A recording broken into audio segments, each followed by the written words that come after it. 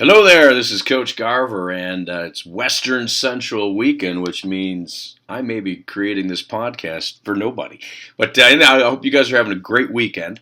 It's Saturday morning, the game's about to go, and you're probably already tailgating. Probably start at 6 a.m. But anyhow, the point is I just finished the exams. I got up early and finished the exams for next week. It's Wednesday, and it's fresh in my mind. I wanted to give you a quick review of what to expect and what you should see and that kind of stuff. So let's get started. All right. So all is fair in love and war and content for this class. So if it's on the podcast, it's fair game.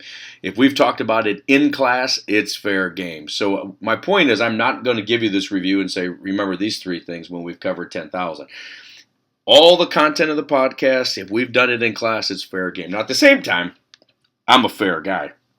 And you know exactly what's going to be on this exam. Like, there should be no surprises. You should not see any question go, oh, that's unfair. I can't believe he asked that. Why? Because it's going to look a lot like the quizzes and the competitions. Yeah. I look at the podcast and I say, what's most important? What do they need to be able to do, and how to, actually do research and evaluate research and critique it, make decisions about research, and that's what your competitions are on, right? And so it should look a lot like the quizzes and the competitions. There are 54 multiple choice and true-false questions. There are no essay parts of this anymore, and the reason for that, I've been able to, I've been able to kind of make a lot of the questions like the competitions, where you're either deciding, you're evaluating, critiquing. So we'll talk more about that, but there are 54 true-false questions. Now, Presentation Zen, there's about 2 questions for each chapter, and I try not to get too picky, but I've tried to get main points of those chapters. I don't know if you think you're just going to watch all the podcasts and be ready to go. That might not be the appropriate. You need to read the book. Right? It's a great book. If you haven't read the book, well, of course, your back's up against the wall now. But if you have read the book, hopefully it should be pretty straightforward coming from the book. All right, so we have what I'll call the basics, right? So we have, and in much of your quizzes, I kind of look at this, right? Like the basics, like how many interviews should you do? 10 to 20, patterns of redundancy. And so that's just kind of the state and define basic stuff. What is the definition for what why do we do market research? Right? You just know those have been quiz questions, and it's kind of the basics. So you don't have to apply it, you don't have to define it, and there are some of those in there, and we need some of those in there. We definitely will have a lot of decision making, evaluating, and doing, and these will be worth 2 points each. So this kind of the basics are worth 1 point each. We'll have a number of questions that are going to be worth 2 points each, and those will be very similar to the competitions. So where the basics are similar to the quiz, this stuff, it'll feel and look like a competition right on the exam. Pretty cool, if you ask me. All right, so what were the major competitions that we did, right? We started off, and qualitative or quantitative. I gave you a scenario, and then I ask, is this qualitative or quantitative? And there's some 5 to 10 questions on that, right? So that's a big one. That's coming your way. We also kind of had focus groups or interviews, or really we even said observation, and I think you've got 5 of those coming, right? I'll give you a scenario, focus groups or interviews, right? Okay, and in fact, those are kind of interwoven with the group up ahead. So there's about those first 2 bullet points. You got about 15 questions worth 2 points each.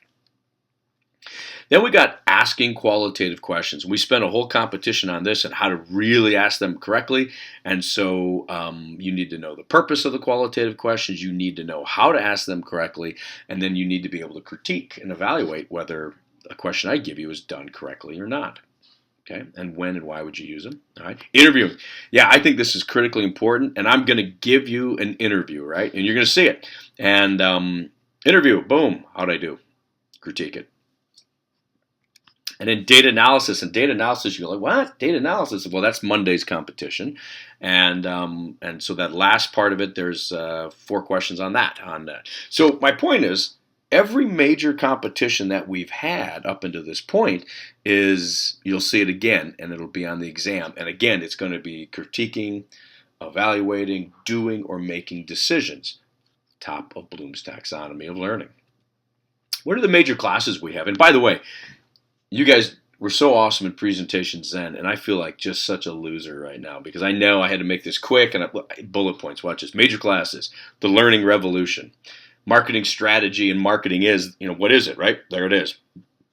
And by the way, too, it's this marketing strategy and what is marketing is a really important course. And one of the important parts of that was what information do we need to do marketing strategy, right? And that's an important one because the whole class is set up to, okay, now that we know what information is needed to drive strategy, then the whole class is based around how do we get that information. And so with that in mind, there's a boatload of questions. I'm not really sure how many a boatload is, but there's a bunch of them that are talking about here's the information that we need. So be very familiar with it because it's hit heavy on the exam. Market research, what is it and why do we do it? We know we got this qualitative and quantitative and we need to know either or, but what are the strengths? What are the strengths and limitations of qualitative and quantitative? And then we really deep dive into qualitative and what is qualitative all about? We talk about focus groups or interviews, and we should have or observation, and when do you use those things, and how do we do it? Sampling, qualitative sampling, really different than quantitative sampling, and you guys are always very familiar about that. But what is the difference? What are we trying to do with qualitative sampling?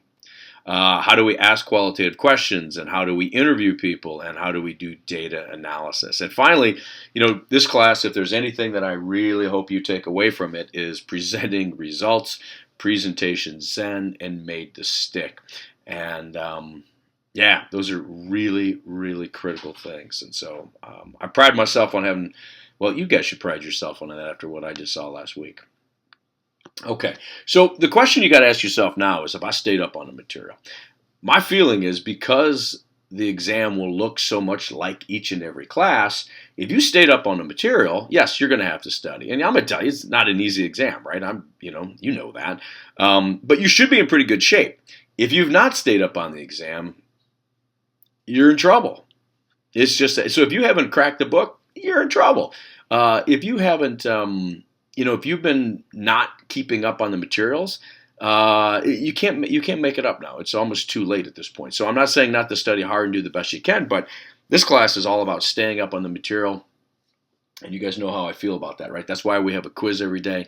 But if you have been staying up on the material, you're ready to go, then I think you'll be surprised at how much of this you already know just because of the format of the class, right? You watch it ahead of time. We have quizzes. You got the competitions. And if you're kind of getting what's going on in class, you should be good to go. Study hard because it's a hard exam. And my philosophy is always to over-prepare, right? Wouldn't it be so many students under-prepare? And then they're always playing catch-up the rest of their semester. I say over-prepare. Set the damn curve on this thing, and then you know how my exams look like, and then you can relax after that, right? So make that choice. All right, my friends, listen, I hope this has been helpful. Have a great weekend, and I will see you on Monday.